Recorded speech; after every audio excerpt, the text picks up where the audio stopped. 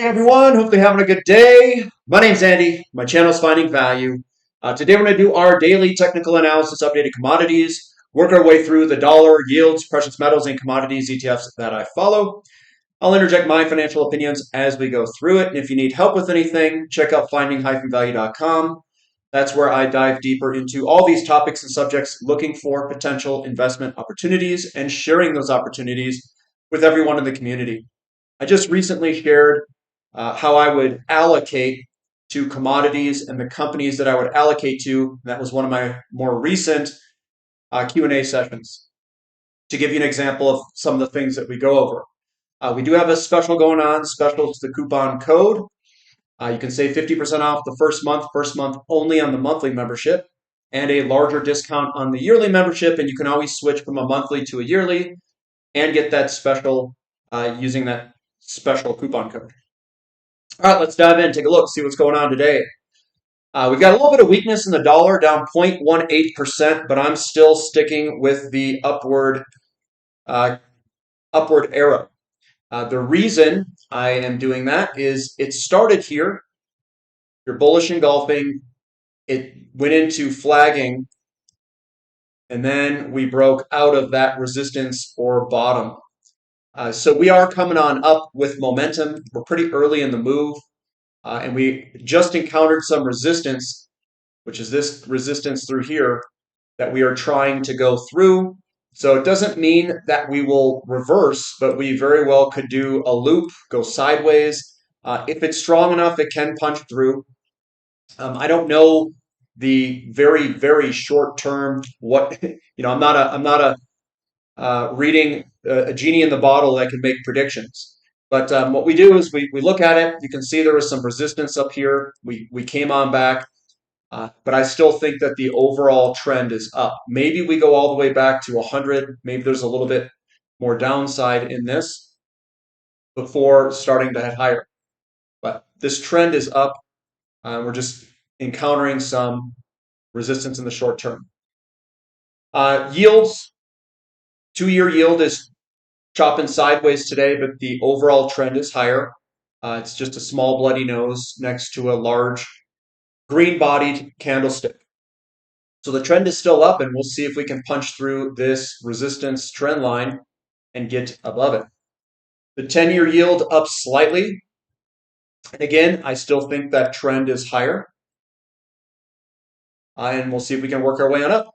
The 30-year, we have some resistance right where we're at. You can see these wicks at the top. A little bit of resistance up there. So we're getting some resistance. You can also trace it back to there. General area has a lot of resistance around the 5% level. In the 10-year, it's about 4.5%. This is also when Besant said that he would start to maybe perhaps step into the market, or someone's going to step in. Maybe Powell is going to get in here. I don't know. But right around 4.5, that's exactly where we're at. TLT heading lower. I'm going to still keep that in there. Bond prices did go lower by 0.42%, and we'll see if that continues lower. Look for support here. Look for support. Besant has come out and said, you know what, we're going to support the 10-year, hold it down roughly 4.5%, which means bond prices could hold here. If they do that. The 2 and the 10 still looks good to go higher. I'm going to put the upward arrow there. This is a basing pattern down here, and we are starting to track higher with the 2 and 10, which means the curve is inverting. We've got the TYX-TNX ratio. It's basically sideways, so not much of a tailwind behind, say, gold and silver from this potential metric. But we did see a weaker dollar, so I do expect gold to be up some, and this metric did go up, which is supportive of gold prices. The gold did go up about $25 an ounce. It's chopping sideways in this general area here, consolidating. Still looks good, still holding on. We have made a pretty big run in a very short time frame. So it's not something that I would initiate a new position in up here. we could see a pullback slash consolidation over time. Silver up 1.5%. I don't like being next to these red candlesticks. You guys heard me say that a whole bunch. I still don't like being next to them. I still don't. We're underneath the trend line coming up. Sometimes this can roll over and before moving higher. It's a possibility. That's what I generally see sitting next to these big red candlesticks. Smaller red or greens coming on up. It peters out and then rolls over. Maybe it comes back here. Maybe it doesn't. Short term's a tough one to always nail right, but we're underneath resistance. It is rolling over a little bit. We don't have a ton of selling pressure here, though. Usually you'll see like a big bearish engulfing, and then you're like, okay, we're probably going to head lower. That hasn't showed up yet. So it's still up in the air. We've got the platinum up 1.6%, still squeezing. It'll pop. It'll pop. We're seeing that the pricing is squeezing. And then eventually we will have a massive blow, most likely to the upside. And then palladium up 1.6%. Looks like it's putting in a double bottom. It's doing a retest right on top of this. Looks good to go higher. And this does look like a double bottom. There it is. XAU to gold ratio down 0.24%. Still not much of a change for gold and silver mining companies in relationship to gold and still at incredibly cheap levels. We've got GDX down slightly, but it doesn't look that bad.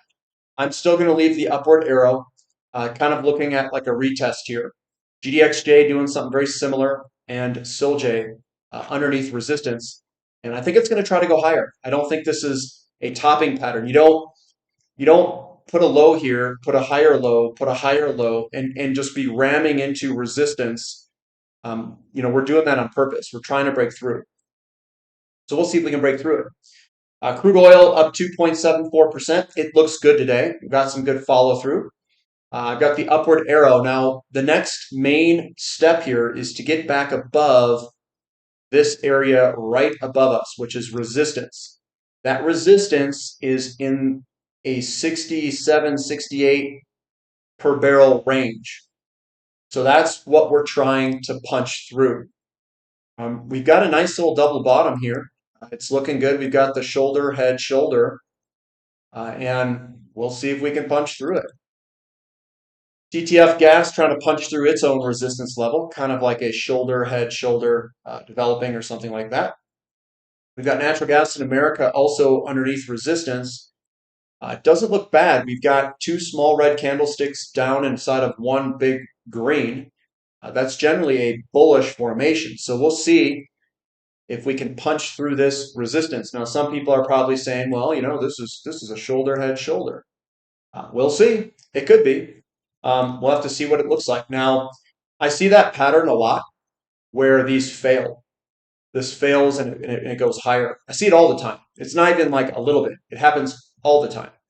Now, we did have one that was facing this way that did pull all the way back down.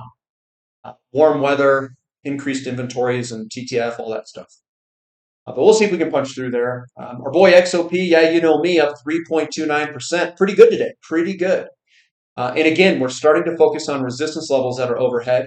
This trend line going up is the next resistance level that we want to punch through.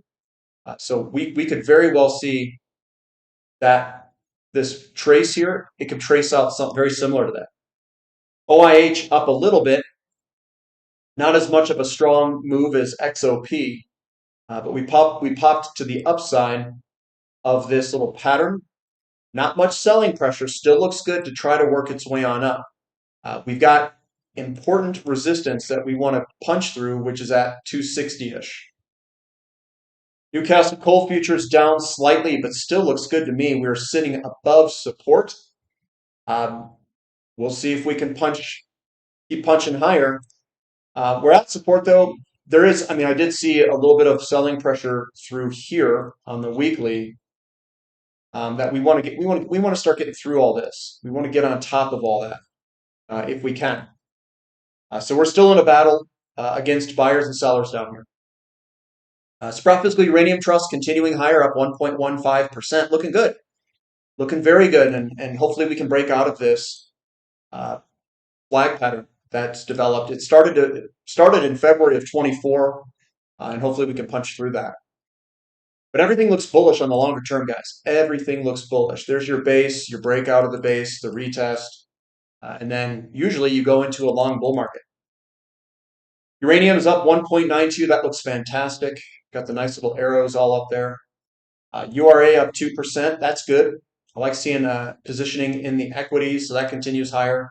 URANIUM also up 0.81%. And URNJ up 1.35. Looking good, feeling good. Looking real good there.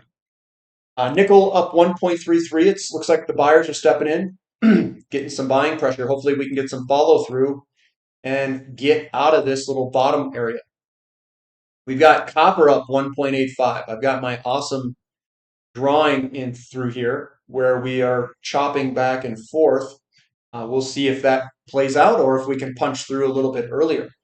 But copper up 1.85, looking good. COPX up 1.5, breaking through some resistance there. That looks good to go higher. Lithium up 0.44. This looks pretty good. Not much selling pressure at all in that circle there. And we're starting to break through this resistance downtrend line and starting to try to get above it. And I think this will probably be a double bottom. So you come down, you hit it, you do one bottom, and then the double. So that looks pretty good to move on up. REMX is doing the same thing as the lithium. They've got similar companies. And again, this is a double bottom, looking pretty good. Iron ore up 1%. We could punch through this. We're squeezing. You can see 1, 2, 3, and then we're squeezing. Boom. It'll come. It looks good. And hopefully we can get a nice, good, solid break out of here for iron. Aluminum up 0.81%. Still in this flag pattern. I'm just going to leave it there. Still potential downside. Now, most other things look pretty good, so I could easily flip this up based off of the surrounding commodities and base metals around aluminum. Baltic Dry Index, we are still in that pattern that I drew a while back. There we are, squeezing up. We've got emerging markets up slightly with the weaker dollar, so that's looking okay. And that's cleared some resistance there, and it's going to be now used as support. Move up 1%. This thing's ready to run, I think. At any second here, we'll get probably a nice little run out of this thing. It has been running. Oh, I put a double arrow. Yes, going higher here.